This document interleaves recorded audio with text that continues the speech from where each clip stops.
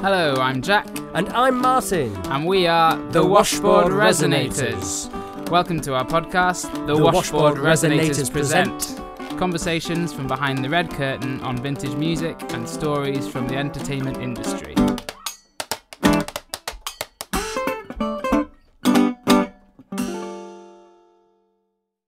Hello and welcome to another episode of Washboard Resonators present. And today, who have we got, Martin?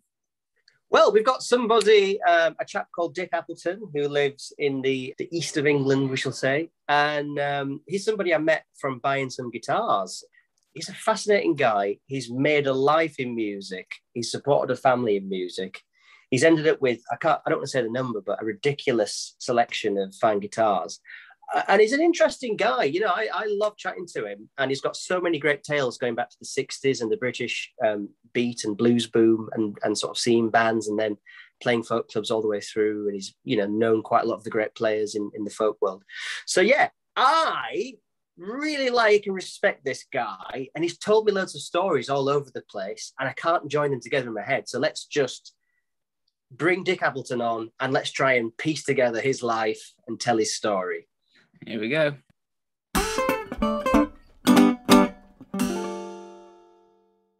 So here we are with Dick Appleton. The way we start these kind of things, Dick, is we just love to talk about what your life in music is and get a feel of things. So where we start is we say, where and when were you born?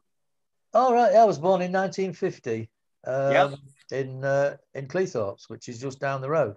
What's your first sort of major memory of music, and when did you feel like it became something that was central in your life? It was always there. It was always there. So is it a family thing, or is it kind of like, yeah, okay. Yeah, I never knew my father. My mother did, apparently. But apparently he played the mandolin. Ah, okay. So there's some of that going on. And my mother played the piano. Right. She played the grand piano in a marching band. She had a terrible life. She need some big wheels. She played the piano for the Methodist Church, and she would sing for the Methodist Church and all that sort of business. And we had a piano in the front room. Okay. And music was just always there. We'd have family get-togethers, and people would sing at the piano and that sort of business. And it was always just there, and listening to the radio. Yeah. Did you find yourself going to church and joining in with all that? No, I mean, I went. It was the normal thing. You, as a kid, you went to Sunday school and that, and sang hymns and that, which were okay. And do you feel like that's a good kind of training ground? Because I'm reading a lot of like blues history at the moment, and everybody that I love, like whether it was Blind Boy Fuller or Robert Johnson, they all went to church on a Sunday. They all seem to learn to singing in choirs and stuff. Did you feel like it was a good sort of place to learn? Well, yeah, I'd always sung at school in school choirs and things. Okay. And there's just it's like playing football. Honest. It's a team thing. Yeah. I've been doing some research because in 1961, I was in the school choir and we got headhunted by the Grimsby Junior Philharmonic Choir. Right. Okay. And she ran that, and she picked the best ones out of the school choir, and I was one of those, believe it or not. Oh, that's beautiful. And I sang in the Grimsby Junior Philharmonic Choir, and we went to the Llangollen to the Eisteddfod. You speak in Jack's language now. Sorry? You speak in Jack's language now. He's a very proud Welshman. Oh, are you really? Yeah. From South Wales, though. Until you mentioned football, I suppose it would be, yeah. So you're talking 1961, so you win this choir contest. Yeah. So by 61, are you playing an instrument? No. Not quite yet. I'd been writing songs since I was 7. Writing songs, but without an instrument. So you didn't fancy playing piano, even though your mum did? No, my auntie, I had an auntie, a family friend that was an auntie. We had loads of, family friends who were aunties and drunkles and things like that. And she taught the piano and that. And my mum took me to this auntie's one day, and my auntie and I sat down at the piano in the front room, and she showed me middle C on the piano. And at some point during that, she sort of stood up and walked round, so she was facing me because I was looking out the window. She said, "You're not really bothered about this, are you?" So I said, "No, not really." And that was that. That was me musical training That on was the it. piano. But no, it never. But I would, yeah, at home, I would sit and pick tunes out. I got loads of aunties, and one of them, my mother couldn't play a note without the music in front of her. Right. But her younger sister, my auntie Ivy, would sit down with me at the piano and say, "Right, Richard, what we're going to sing." And she'd just play anything just by ear. And I would do that. I would pick notes and things out and play and then write tunes, but not know what I was doing. And But this is age 7. Before then, really. But yeah. So, but 7, I can remember standing up at school in the infants class at the age of 7 and wanted to sing a song. Okay. Yeah. So you did it. So I mean, this is fascinating. So I mean, already we know that there's just this very formative kind of music that sounds to be seeping in very informally with your family, which will probably make a lot of sense as we go down the line now. So 61, you've won the choir contest. So this is interesting for me because one of the things I find fascinating when I've been to your house is talking about the 60s music scene. So here you are, you're 11 in 61. When you think the Beatles sort of really coming out in 62, 63, you are, I would say, the prime age. You know, when people get into music at 12, 13, 14, at probably one of the most exciting explosions of like music and youth culture the world has ever seen. So what happens as we go through those kind of early to mid 60s? Like, is that where the guitar comes? Does something else come? It was the Beatles and then the Rolling Stones. Okay. I mean, so, have you got a preference? No, they both because they were both they both did some really good versions of some really good songs. That's so true, and they were very different. So you took a bit from everyone, I think. You know, but before the Beatles, there was things that would just sort of appear on the radio, so they didn't actually appear physically. There were these mundane programs, sing something simple and all these sort of things. And I could put the simple in that. And they were so mundane. But all of a sudden you'd hear the Highwaymen singing Tom Dooley. Yeah.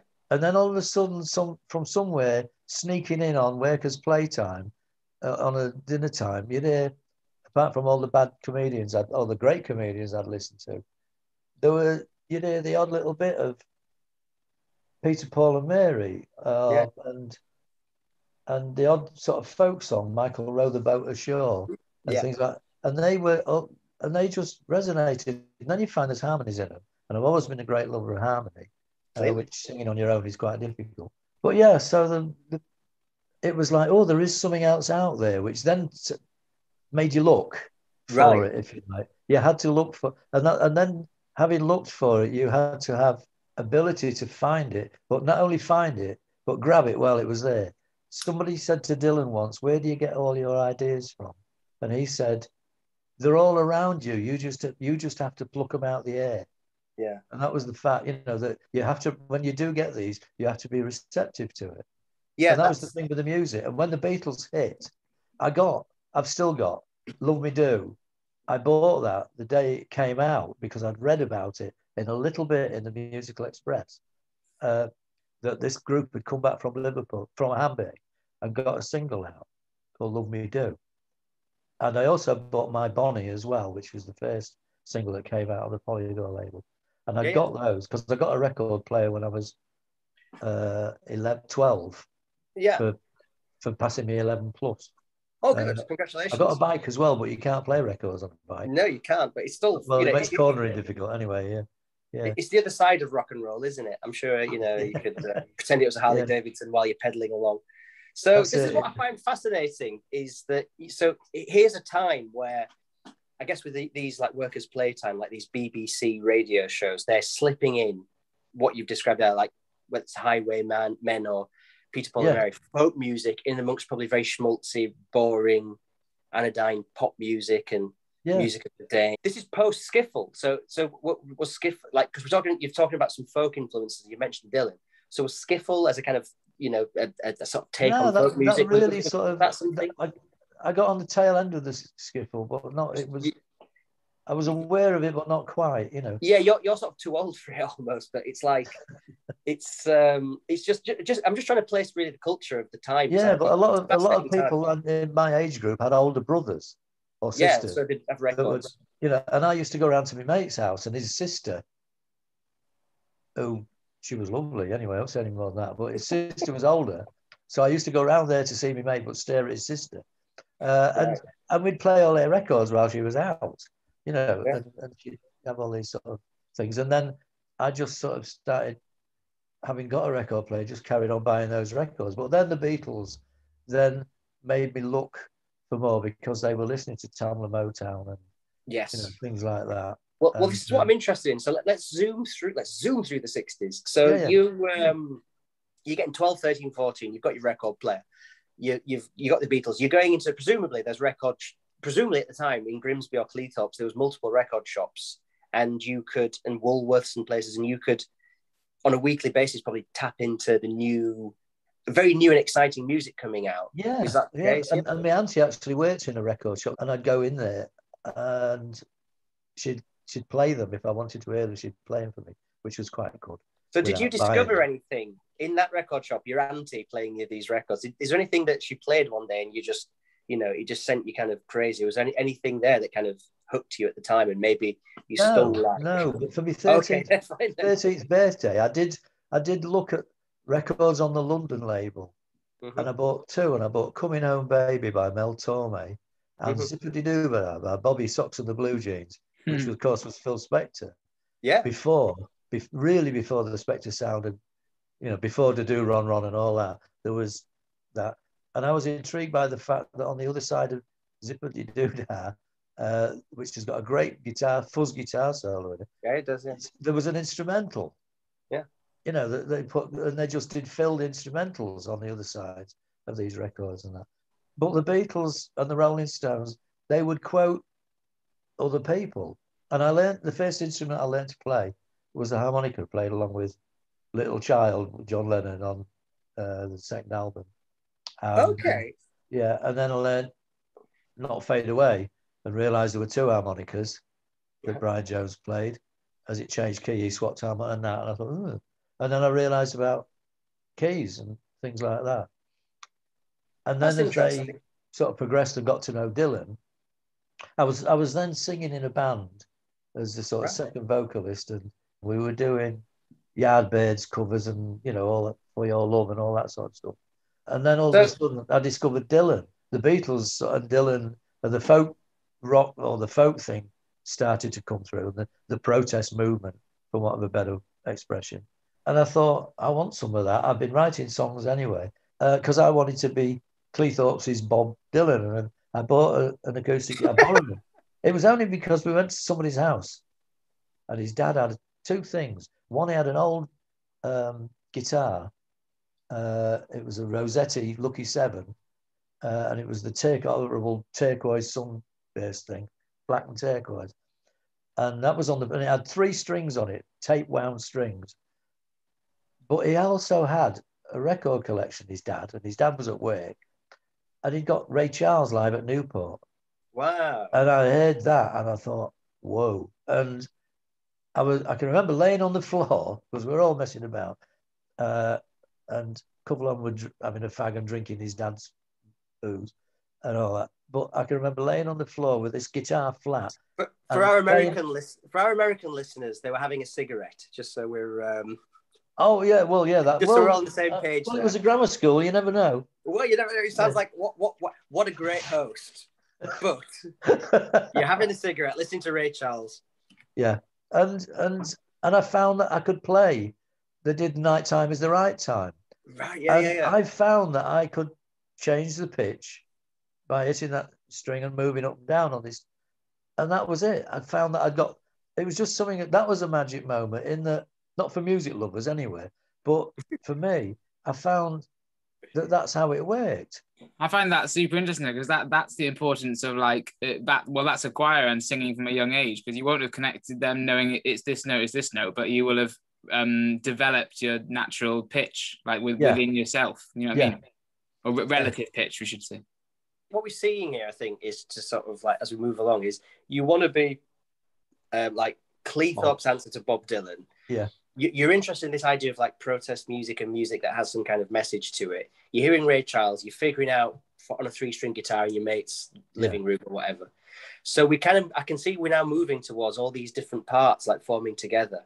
So as we go through, and you've played in the band, so as we go through, what happens to sort of pick up as we go towards the early, the late 1960s, and you get ready to leave school and all that kind of stuff? What happens then? Have you got a career in mind? Do you want to be a musician? Do you end up going to college? What happens? I wanted to be a graphic artist. That's cool. Okay. I was quite good. In fact, half a dozen of us or so used to go, all went to the same grammar school in the same year. And we've kept in touch, and we go out and we have a curry. And one of them went to a school reunion, and my old art master was there. Apparently, he's 80 odd, 90 or something.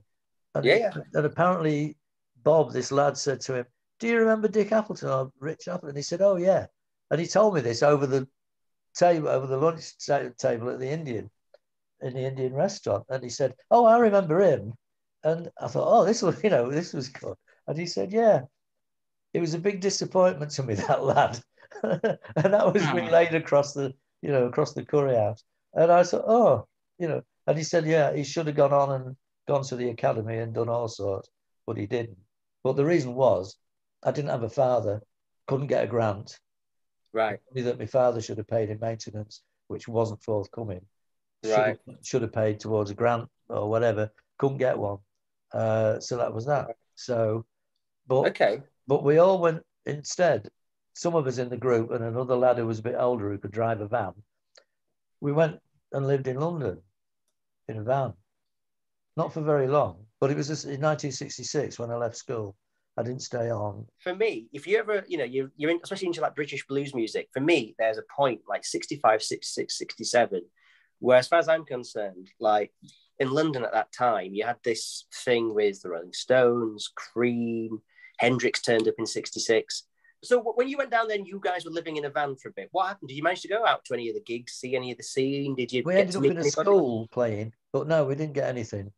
No. But it was just fabulous fun. So you're back in Cleethorpes and you're 16 and your band, you and you guys are back at there. So what happens next then? That's a very formative time. I'd started, one of the lads that wasn't in the band, the drummer's brother was at a college somewhere. It was a haemophiliac, and at that time they went away. So it sounds awful, but they were locked away in this sort of residential college thing. And it was the end of term, we went to pick him up. He played a bit of guitar. I was just learning. It was at the time, what you call it, I think Rubber Soul had come out. Yeah, and we were singing songs from that. Uh-huh. And he and I got on really well. And we ended up forming a duo because there was two of us. It seemed like a good idea. And we did working men's clubs doing country and western songs. And it was great. Well, here we go. Right. Boom. This is what I find fascinating about this. So basically, you went like for people, again, maybe people in America or wherever, the working men's club scene in Britain was every town had 2, 3, 4 of these places. But what was interesting about that world is it meant that actually, if you decided you wanted to be a professional musician in, say, 1960 or 1970, you could make a fairly decent living if you wanted by just getting in with agents, probably having 2 or 3 different acts, and then they just put you out every week in these places, which are often maybe not the best gigs in the world because of the nature of the audience, but you could work and develop, the skill. So it sounds like we didn't actually do much of it though, because we'd do sort of things like Paul Simon songs and all that, which in a working man's club was, they'll be finished in a minute, we'll get bingo on. It was that sort of business. You're in between the bingo and the fighting, really. That's it. There's a blue moon moment in every working men's club at night, I'm sure, where the ale takes over and they either start scrapping or they've got their arms around one another, going, "I love you, you're my best mate." They're amazing places. I'd like to do a podcast just about them and get people involved. So we'll move on. But yeah, this is interesting. So you're now suddenly, from being like somebody who's quite a novice guitar player, you're suddenly playing in front of people, learning on the job by the sound of it at 16, 17. So as we move forward, what happens there? what else are you doing to support yourself? And where do you go from like 17, 18, 19, 20? What happens in your life? I had to get a job. Yeah, of course. Because there was only me and my mum. I'd come home penniless. There was only me and my mum, and she worked herself to the bone to keep the roof over my head when her family, my sister, was split up and all this. It's all the way it was, the sort of Judgment of Solomon, all this in the 50s. And yeah, so it's quite a sad life my mum had, really, because she never had my sister at home. But and she was stuck with me, basically, making all these sounds and noises. Yeah, so I had to get a job, which I did, which didn't pay a lot. But from that moment... What were you doing? You won't believe what I was doing. Try me. Three guesses. Go on then, 3 guesses. No, just tell us. I was a hairdresser, a gents hairdresser. The expression "physician heal thyself." You're kidding! I had no idea you became a gents hairdresser.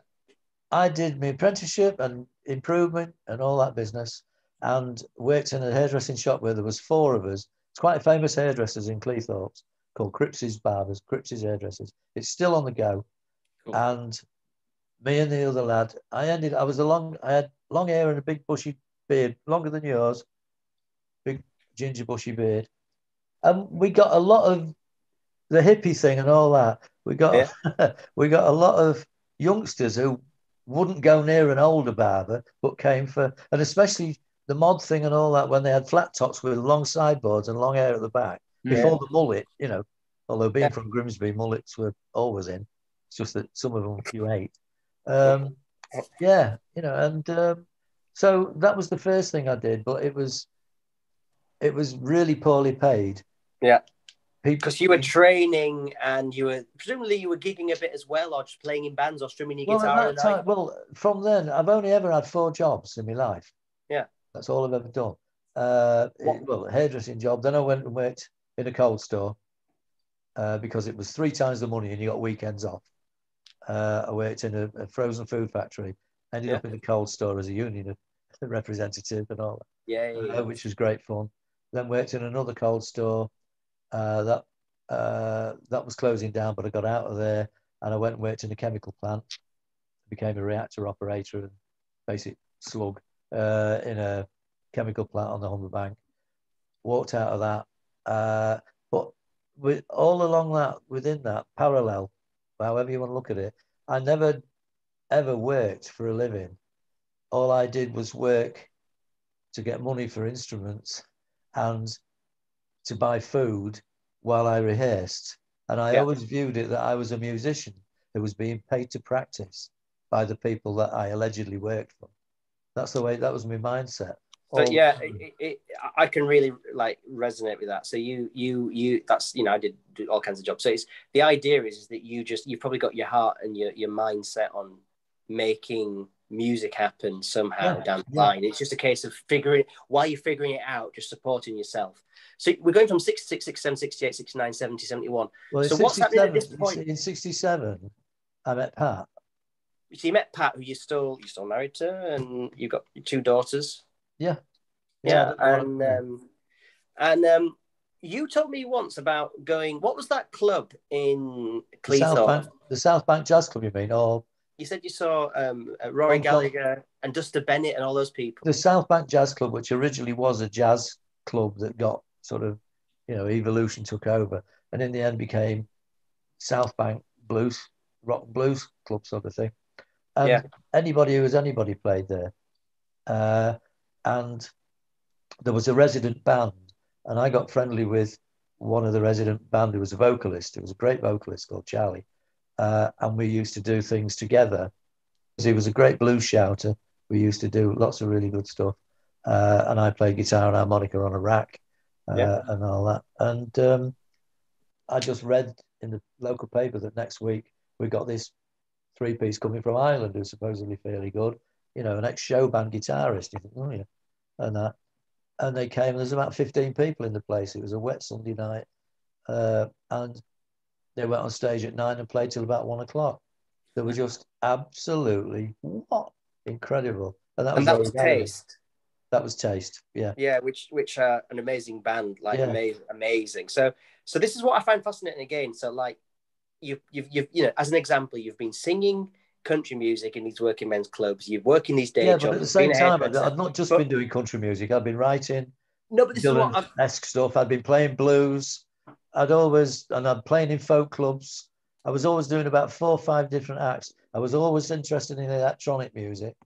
yeah. And I was Well, this is what I want to kind of get the sort of feel of, which is that if you're going to your mate's playing these clubs and he's like often the resident band and then the name band and you're hanging out, you're basically seeing people now that are legends and actually probably being genuinely like having interactions with them. It's got to affect your musical sort of sensibilities and give you the idea of what's possible.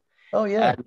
And it must have been very inspiring. I imagine if you see Rory Gallagher and you're one of 15 in an audience and you probably don't know who he is, but he's a blazing guitar player. Yeah. You'd want to go home and play yourself for days. Yeah. Because it's light that's fire. always the thing. And when and as a teacher, I've done all my qualifications, blah, blah, blah. But the one thing that really annoys me when you go and see people in concert, and there's loads of people, a Jeff Beck concert at City Hall is a great example. Coming out, one bloke said, well, that's it then.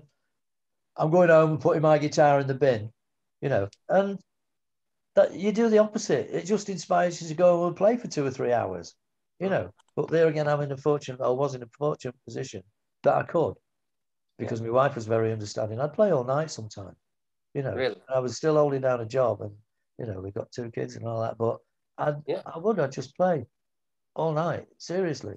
And then go to work, This is what strikes me whenever we speak, or when I've been to your house to buy guitars, is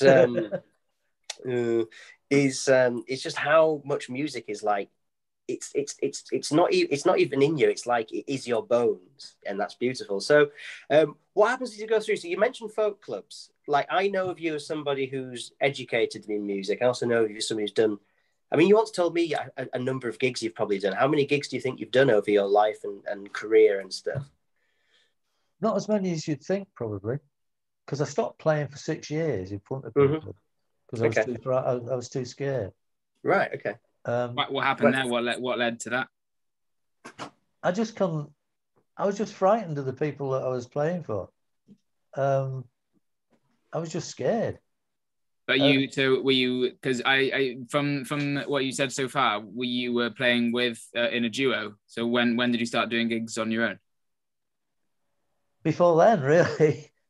From 7 years old, standing up in front of people. I've always done loads of stuff with loads of different people, but at the end of it, I've always just been on my own, really. It's difficult, I suppose.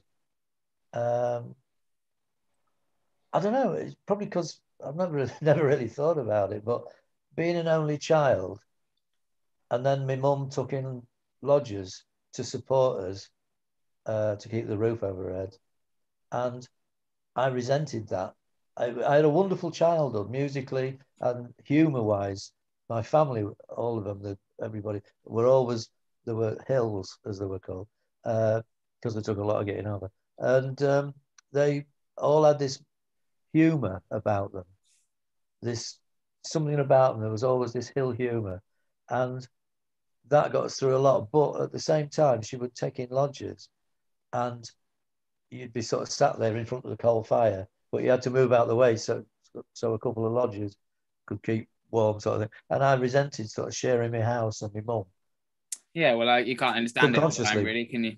Yeah. So sometimes being in a band or whatever, this sounds awful, I suppose. I've never really thought of it like that, but possibly finding some of the songs that I was finding in my head, I didn't particularly want to share with anybody. That's interesting. I wanted them to do them on my own. I wanted them to be mine and like my own little kids or whatever, but having said that, playing in a band now, which I do, it's great. It's a 3-piece and it's great fun. And we do stuff that I've, blues, old traditional blues songs that I've written. And it's great to get them out there, but I've got as I got older, obviously got a different perception about all that. Yeah. So, yeah. I've never been any good at anything, but I'm quite good at doing a lot. Right. In that you know, I played folk clubs like Martin said. I played folk clubs, and at one time there used to be folk blues clubs, but now it's a bit more. You'd think it was a bit more widespread now, you know, but there are actually a lot of places still that are folk clubs, you know. But at one time when I was doing it, if you said about somebody playing electric guitar, you were sort of shown the door, you know. It was like that because it was a lot of very traditional places, you know, especially Bradford way and that sort of thing. A lot of very open-minded people who had very closed minds when it came to folk music. They didn't want it, you know, like Dylan going electric was a shock. I embraced it, thought it was great, but so many other people, you know, and that was worldwide. You know? I think that's true of a few genres. To be fair, you know, there's like in jazz clubs there'll be things people don't. Some jazz clubs won't have a banjo, if you like. That's right. That kind of other jazz clubs won't have electric bass. You know, that's like right. So I think every genre has its own things. But I do know what you mean. We've played a few folk clubs where, you know, I was like, I'm not sure we're the right band for this. Exactly. Yeah. But usually, I mean, they're warm to you usually, don't they? And you get, you know, you end up having a good night. Yeah, I remember going to playing a folk club, funny enough as well, in Gainsborough, doing this thing. It was a tribute song to Pete Seeger because I'm a big Pete Seeger fan, and I just sort of off the stands there's guitars about because we used it a lot, you know, and I just took the banjo off and then all of them in the club, somebody went, "Ooh, banjo," and everybody else in the room went, "Ooh," and it was like you think, what, you know, but you know, it was only part. It was funny, and it was so, you know, but there was still a little bit of an edge to it. There was a little bit of undercurrent there of banjo, you know. They are odd places for clubs for that, and I find that different ones, certain ones have certain rules that are demarcated. Yeah. And you play there, and it's fine. Then you take your American folk song, you take your Woody Guthrie song or whatever, to the next one, and they're like, no, you shouldn't be doing that here. You should only be singing stuff that's in a British accent. And you go, all right. So does that mean that an African guy has to only sing African songs? Is that how we do things? Yeah, and then people go, no, don't be like that. And you're like, one of my biggest formative moments musically was when I was 19, 20. The students from the college, they ran this folk club, and a couple of them that I knew from school were there, and they said, come along and play. And I played, I can't remember the title of it, but I played a blues piece. And the applause was such that they were really surprised. It was a sort of a surprise sounding, hey, you can play this bloke, you know, it was that. And ended up doing it on a weekly basis. My wife will tell you, I worked till, fortunately, it was only 200 yards over the road, this club. But I'd work in the barber's shop till 7 at night on a Friday. It was always a late night. And then I'd have to go and then play at the folk club. And they got loads of different people on. They were very good, being, you know, a college thing. They got people from all sorts of places. And at that time as well, I was also singing with a girl blues singer called Carol, who was from Birmingham. She sung blues like that with her voice. She was great. So I was doing that, and I'd go and play support or whatever and part of the folk club thing. But I'd be frightened to death. My wife used to scrape me off the toilet to go to play at this thing. She'd virtually drag me out half the time. But played with some great people, you know, like old folkies like Mike Absalom and people like that from years ago, and lots of traditional people as well. But one night we did support, I was asked, because we did a lot of blues, and we did support for Joanne Kelly. Yeah. And got talking with Joanne Kelly, and I ended up playing the harmonica for her, sat next to her. I just sat, you know, we were all sat around on the floor, and she sort of said, oh, there's a harp place somewhere, come and so I went and sat next to her on the floor, and she sat there and played. And that was really the power in her voice and the passion in her voice and that sort of thing. And there was then this whole thing about, she's a small white girl from Surrey. Should she be singing like Memphis Minnie, you know? And she came out with the answer that, well, why not? You know, you get loads of English opera singers shouldn't that just be left to Italian women to sing that sort of stuff then? And the opposite of that was in the 60s, there was 4 weekends where there was a Joan Baez concert and a Bob Dylan concert that they did for the BBC.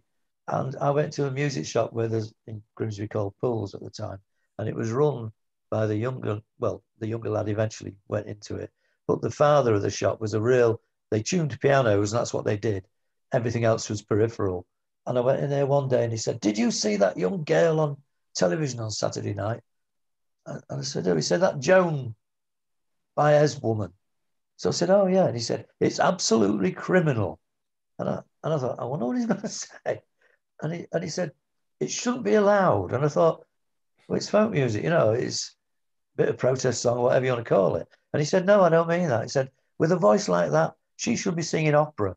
She shouldn't be wasting a voice like that on folk song." Because she's such a good singer. So I mean, it's interesting. You're describing a real sort of interesting time and place here. So what I'm amazed about is like your obvious love of all kinds of music. So at the time, as we're talking now in this late 60s, 70s, like, is there anybody that you aspire to be? Are there any kind of musicians, singers, or players that you were like, I'd like to be like them, my guy or my gal, or I'd like to be like them? Bob Dylan, by the sounds of it. Yeah, probably Dylan. Yeah, anybody all else of that them, you aspire to? I mean, I was lucky enough to sort of play a bit once with Bert Jansch. I was lucky enough to know Annie Briggs fairly well. She sang backing vocals on my Annie Briggs is one of my favourite singers. We talked about somebody selling flowers at a market? Was that Annie Briggs? Or was that that's Annie. Yeah. She used to she had a little red van, and she lived near Horncastle in Lincolnshire, and she used to do the markets and sell, because she got an encyclopedic knowledge of wild flowers, old flowers. Yeah. And Annie Briggs is, I mean, oh man, this is, I mean, just one of the best really of that era, up there with the Bert Jansch's and the Martin Carthys and all that. So let's move forwards now.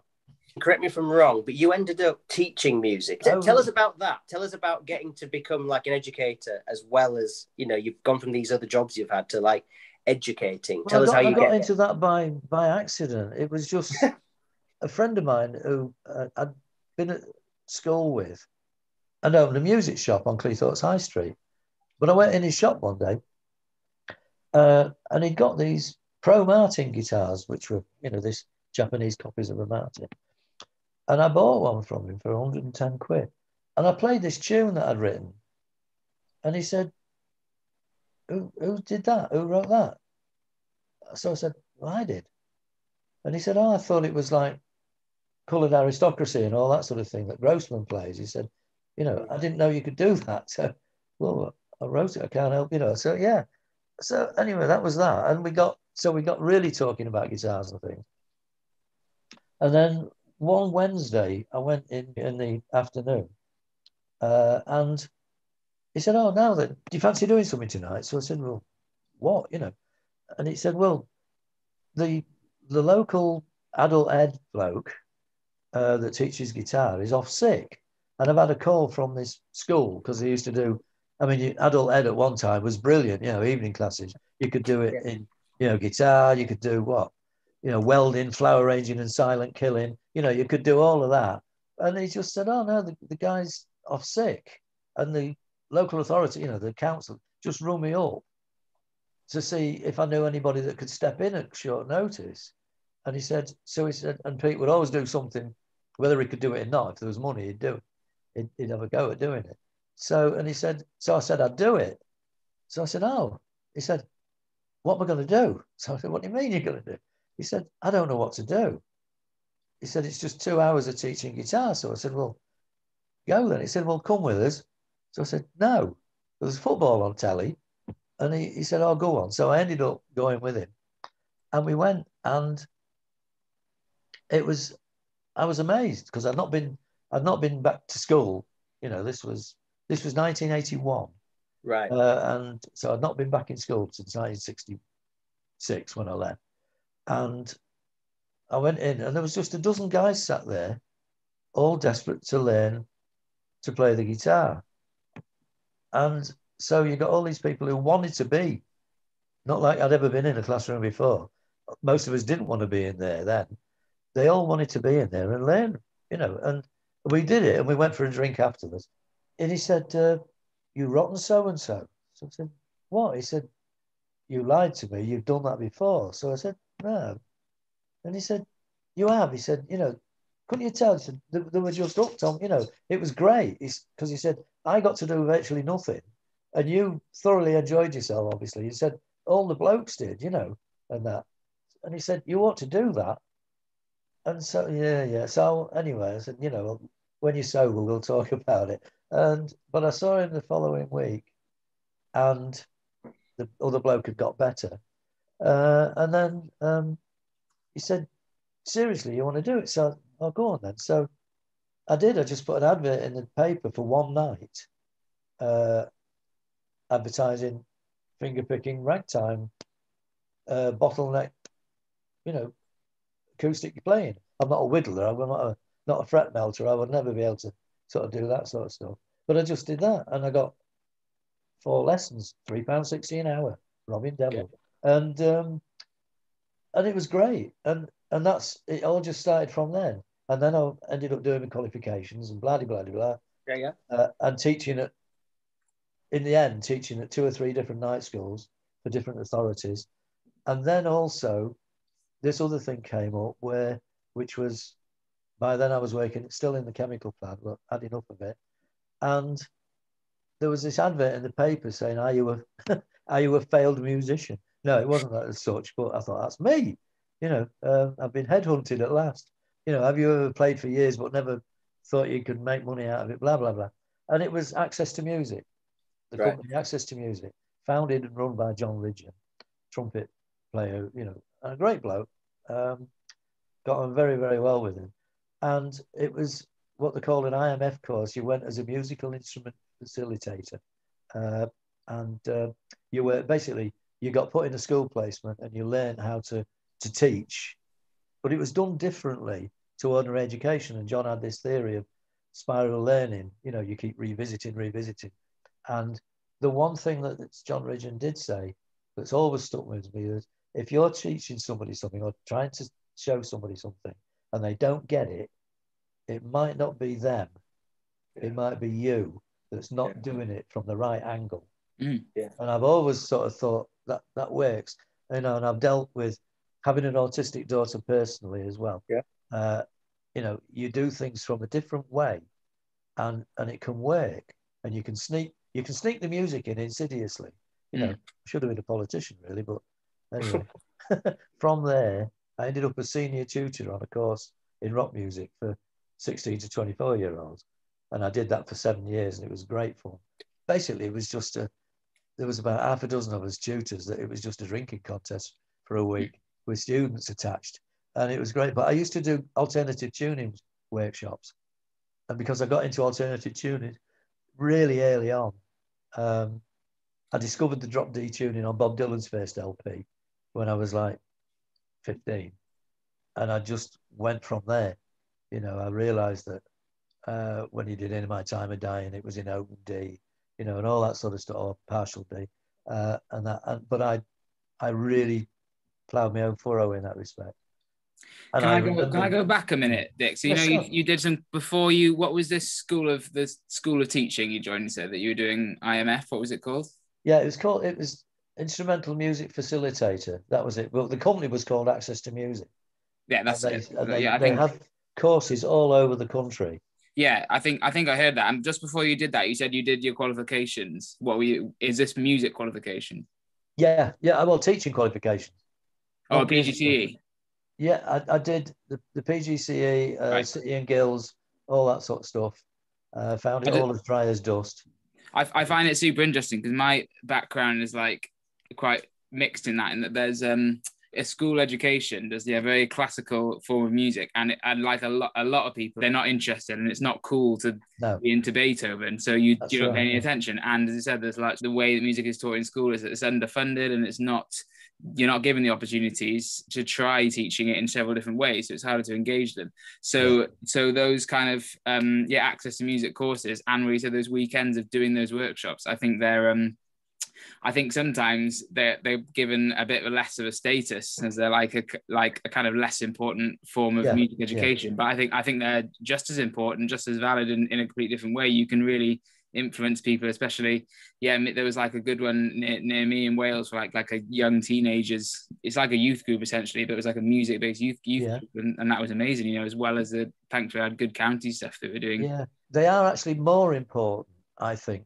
these than the actual classical type lessons in schools, because there's a greater catchment. There are more people disenfranchised from music because of the way they look or the way they act, and you know, than there are that do that can afford a peripatetic teacher coming in and afford the lessons where they sit there, 6 of them for half an hour, being taught 4 notes badly, you know, or wrongly a lot of the time.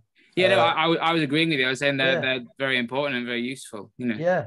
Oh yeah. So I think, you know, I did, when I did the IMF course, which was prior to becoming the senior tutor and teacher of whatever, you know, and all that. There was a school placement, and you were there 3 days a week. Going in there, and that really did make me mind up that I don't want to teach or try teaching in environments where people don't want to be there. But the amount of people, you know, like the music teachers, there were 2, both sort of just postgraduates or whatever, working in there. And the amount of kids that haul out and make them stand against the wall.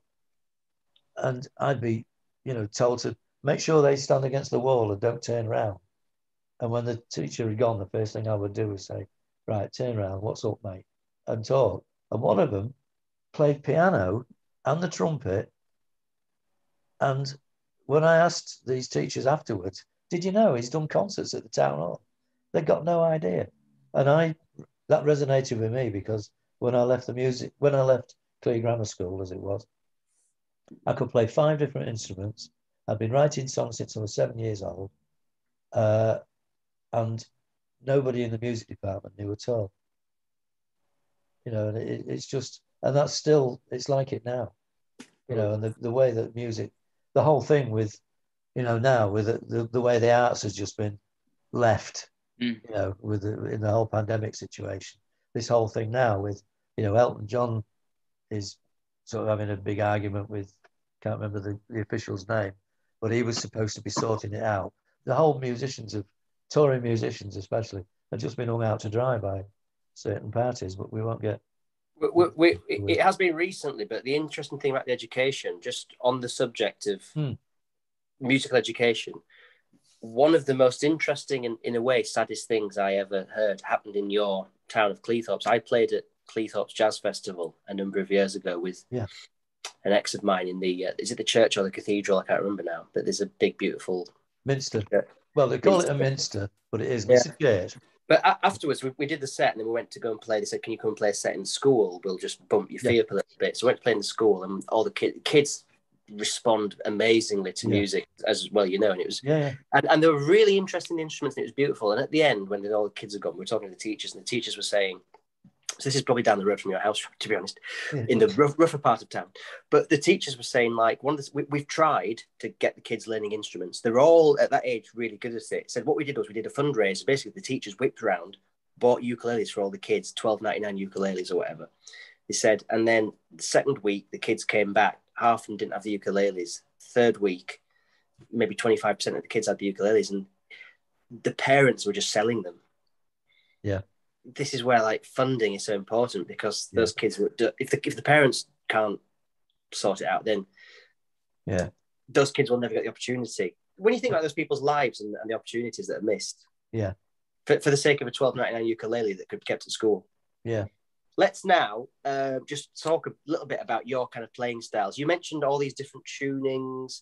I've heard you play. I've got some of your CDs in the house, and I think, you know, you've got one which was all like, I'd say virtuosic, amazing instrument, like folk instrumentals, blues instrumentals, like guitar artistry kind of stuff. So, you know, you could really haul ass on the guitar. So as you go through the 80s and 90s, what kind of stuff was influencing you? And at what point did you become a crazy guitar kind of collector? Because you've got a lot of nice stuff. We're talking, lots of lovely old 30s Gibsons, 30s Nationals, nice things. Yeah. I'm very, very lucky. I am very lucky. I've got a very understanding wife. Yeah. Who doesn't know half. And there is that thing, isn't there? Oh God, when I die, please don't let my wife sell my instruments for what I told her I paid for them. But yeah, I do know that my learning curve was quite steep. I don't ever remember getting to any point because I still don't think I'm there.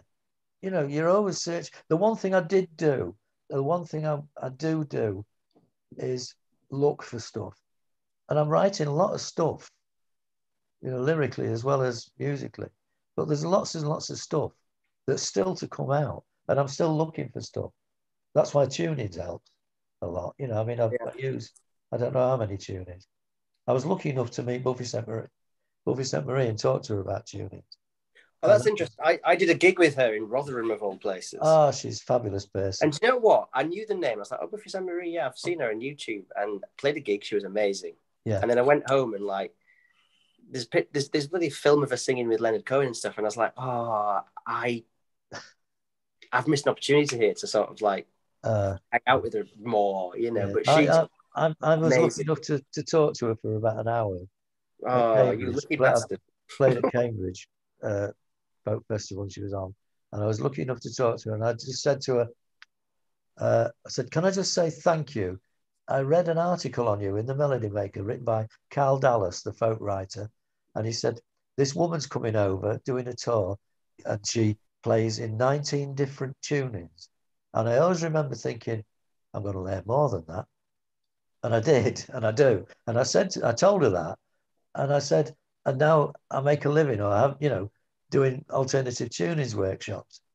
And they're great, they're really good fun to do. And I said, and it's thanks to you that, and it's the discovering of it. And she said, yeah, you just twiddle a few things, see what comes out, right? I said, yeah, exactly that. And then there was an interview with Joni Mitchell, and she said one day, I just sat there on the edge of the ocean and I tuned my guitar to the sound of the waves on the rocks and the birds. And then you listen to the tuning that she comes out with and you think, yeah, you're spot on there, missus. This brings us to something to sort of finish up here. Like that, what you're talking about there is a very kind of, for a lot of people, a very interesting and unique way of playing and thinking about the guitar.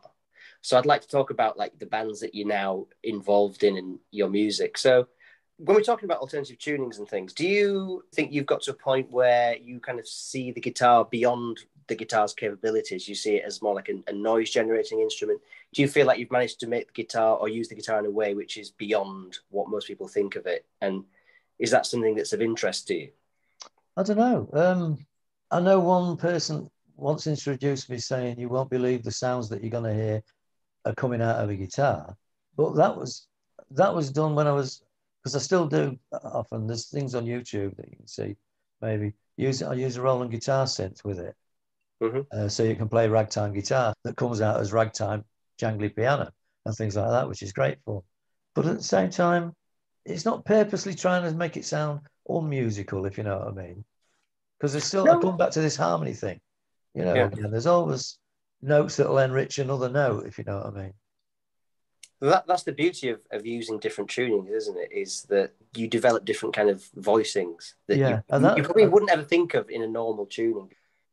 You mentioned about playing on stage. What I find interesting about you is you have made a living playing music and teaching music, for a large part of your life. Yeah. But I get confused with your acts and your stage names and things.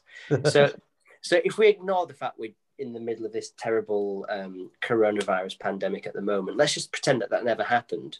What acts have you been doing over the last few years of playing, and where can people find your music now can people hear this music or buy the CDs? Well, one thing that I did do a lot of was a thing which was a play on the Frippatronics that Robert Fripp did, him being one of my favourite guitar players.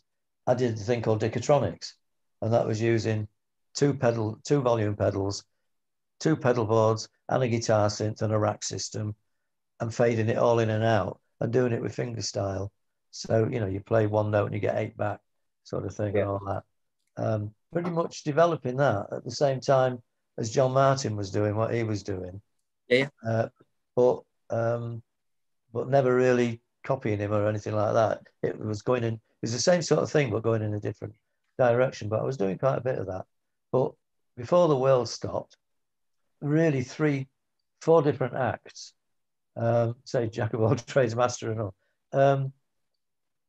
Basically the singer-songwriter folk club act. And what name do you go out as under that? Dick Appleton. So that's this is what I want to. Even I want to know this because we talk so much. So Dick Appleton is you. You can see Dick Appleton on YouTube. You know. Yeah. There's so loads Dick Appleton, you're doing folk stuff. You're doing your own stuff and traditionals. Yeah, mainly my own songs that how good the government are. Yeah. Topical songs. So that goes back to that desire you said earlier about wanting to be Dylan when you were younger. So you sort of that Dylan of that era, sort of singing against power, basically. Yeah, not on purpose as such. No. Not on purpose. You know, just singing about what was there. Yeah. So that's Dick Appleton. What's the other? Because Soft Shoe Sam is how I first found you about. Probably before me and Jack started playing the Washboard Resonators, I found some of your Soft Shoe Sam videos. I think you were playing One Kind Favour or something on YouTube. And it was, I watched every video on YouTube that Resonator guitars on, and I found yours. And then when I was put in touch with you about you might have some guitars for sale, that's when I was like, oh, I know this guy. It sort of all came together. So Soft Shoe Sam. Well, that came really. I mean, there's another thing that going on from the folk thing. I do an act with a guy called Paul Bellamy, and we go out as the Bell Apple Boys, and we do a lot because his name's Bellamy and my name's Appleton. Obviously, it's a good job that my name's not Enderby, or we would have been in trouble. And we do lots of really. He's a stunning fiddle player, but don't tell him I said so. And we do a lot of daft stuff and a lot of very difficult stuff, you know. And it's good fun. We have a real good laugh. So there's that, but there's also the Dambusters stuff that I wrote for the BBC commissioned me to write, and I wrote 40-odd songs for the Dambusters thing, and we're taking that out on the road again. Hang on a second, what's that? I don't know about that. In 2013, it was the 70th anniversary of the Dambusters raid, and the BBC Radio Lincolnshire, being Bomber County, put on a timeline programme from 9 at night till 6 in the morning, and I was commissioned to write songs for it, and I wrote 42 songs in a 3-month period. And they used 8 of them. But anyway, we're taking it out on the road now after all this time. Got a 20-foot screen, projector. I've been working on the graphics for 7 months. Got it all done because there's 500 odd photographs go past, over 20 songs, and they're all relevant to the thing. And I've been working on it for about 7 months. We've been rehearsing it like mad for 5 months. We've just got it to the point, you know, when you're rehearsing and all of a sudden you look at one another, don't you? Think, yeah, that just worked. Now let's start cooking. This is good. And we got to that point, and that was a fortnight before the lockdown. Was this like guitar-based music? Because when I think Dambusters, just think of Dambusters March, obviously a classical piece. No, it's all my songs. There's some on YouTube. Check them out. It's basically guitar and fiddle oriented, and banjo. There's a banjo thing on there. But there's one song I do called Commoners and Kings, and that's written from the point of view of Bounds Wallace's conscience. You know, because 53 guys died, and he had that on his conscience for the rest of his life. You know, and the whole thing about the blanket bombing and all that. So it's, you know, the whole thing. It's a tribute to the Dambusters, but it's done. You know, there's some humour in it. It's very serious, but you can always find humour in everything. You know, with a face like mine, you have to. You know. But yeah, that sounds like a great production anyway. It is, thank you, yes. But there are bits of it on YouTube knocking about. The Soft Shoe Sam thing came from doing some blues. I just thought I'm going to do a blues album because I've got my own little studio and I record everything in it. And I've got all these national guitars. So I did a track for each guitar, basically. So I did, at the time, I did 16 different tracks using 16 different nationals, which was a bit pompous, wasn't it? But I mean, I think that's about the coolest thing I've ever heard in the world that's ever happened. But I as far did as I'm that. concerned. And then I thought, right, if I put Dick Appleton's name on that, people say it's that boring, bald-headed old git that moans about the government all the time, you know. Or So he you've got plays... this blues alter ego, Soft Shoe Yeah, Sam. so I did that because you can go away as Soft Shoe Sam and play in Bradford, in Leeds, in wherever, and nobody knows who you are. But if I go out as Dick Appleton, people will have this, oh, it's him. I've looked him up on YouTube, and and so Soft Shoe Sam's a different entity, and he's almost like he is an alter ego, and I talk about him in the sort of the third party sort of thing. Well, I think it's a good thing if you're then going down the blues route. That's like you can just do that. And I can hide behind that as well, singing wise. I can do that where I wouldn't do it as a folkie, or I wouldn't do it.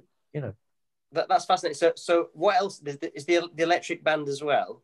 Yeah, there's the South Bank Blues Collective, and we're a 3-piece. Yeah. Yeah. Got and any other acts that people can look up and check out?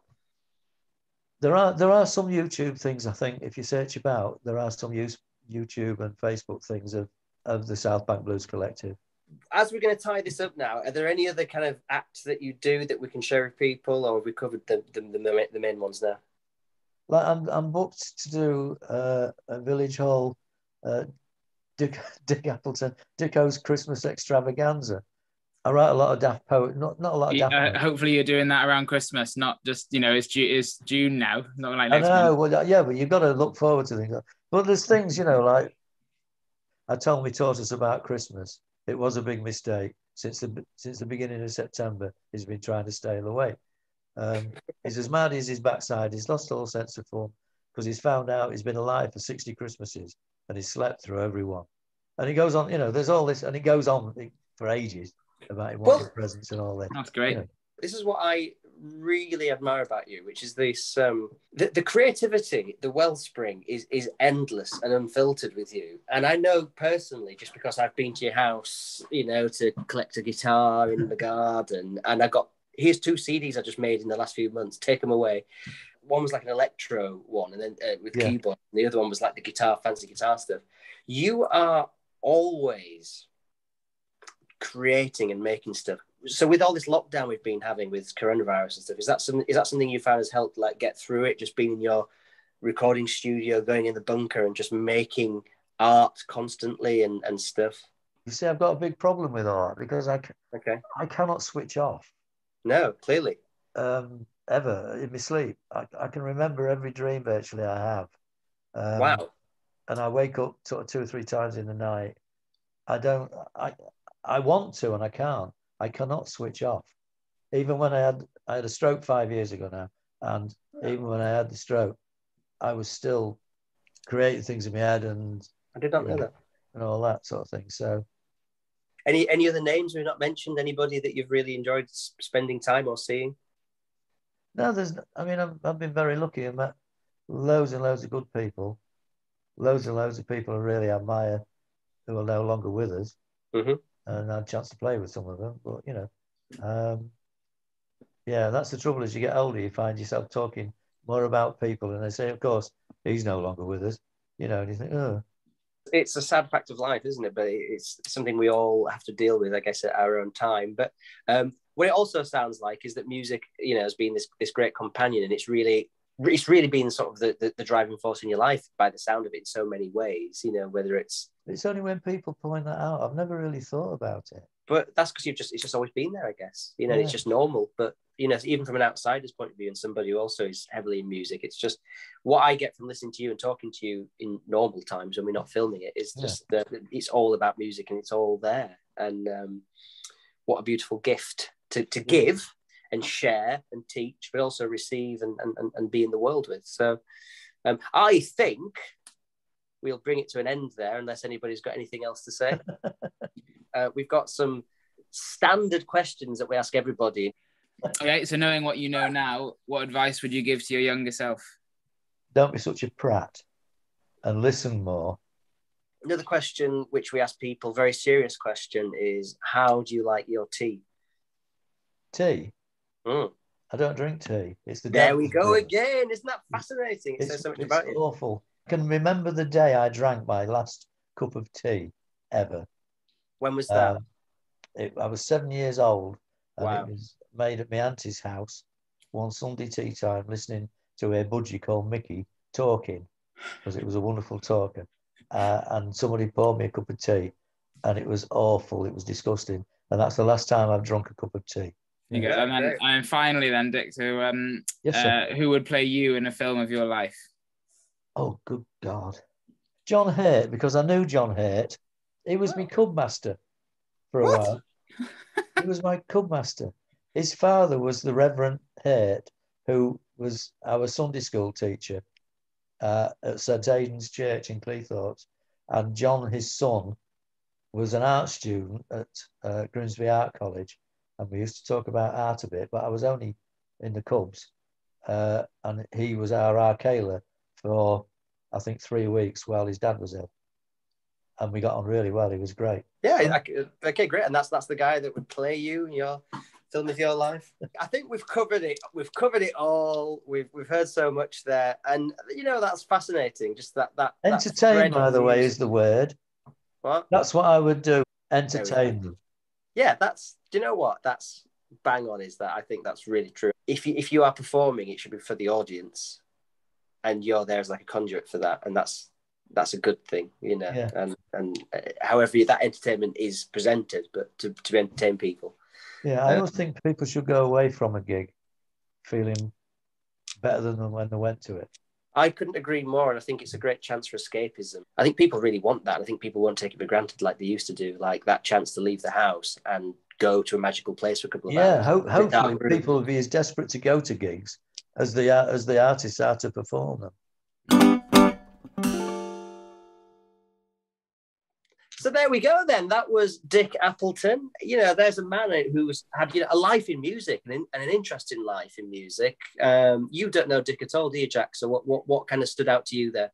First time I'd met him, yeah, actually for me it was a bit, I felt that he's obviously very musical and very creative, and to come up with poems and that sort of music, and to have followed education, feel like that, and want to kind of pass it on to other people. But probably he touched on it a bit, and it didn't go into a lot of details, but a bit of a difficult home life perhaps, and not a lot of money. Well, I think the thing he said about the graphic design was the thing, like the art teacher. But then what it sounds like is that he had this passion of music, and so he instead of it wasn't going to be being a graphic artist. So what happened was he just eventually made music his life, and he was working his jobs. And music's his passion, isn't it? Definitely. Yeah, and it's that weird thing that I think it's something you and I probably both have met people where. Is it sad that maybe they didn't go down the route they wanted to do? Or was that actually like a blessing in disguise where it then left the door open to have a life in music? Because you're like, well, what else? I've got nothing else to lose. Whatever it is, it isn't, like we say, it isn't about the money with him. It's just that he's got all the guitars that all his heroes played. He's got an example of everything. And it's just a way of life, and I think that's what comes across to me whenever I speak to him. This is the longest outro ever, Jack, but it was very interesting and lovely to talk to these people and just see what makes them tick, really. He's a great example of it. Exactly, yeah. Mm-hmm. So what we'll do, we'll say goodbye for now. See you next time. Goodbye. Thanks for listening to the Washboard Resonators Present. If you've enjoyed this podcast, please subscribe, rate and leave a comment. And to support our band, please sign up to the mailing list. You'll find the link in the show notes and on the website.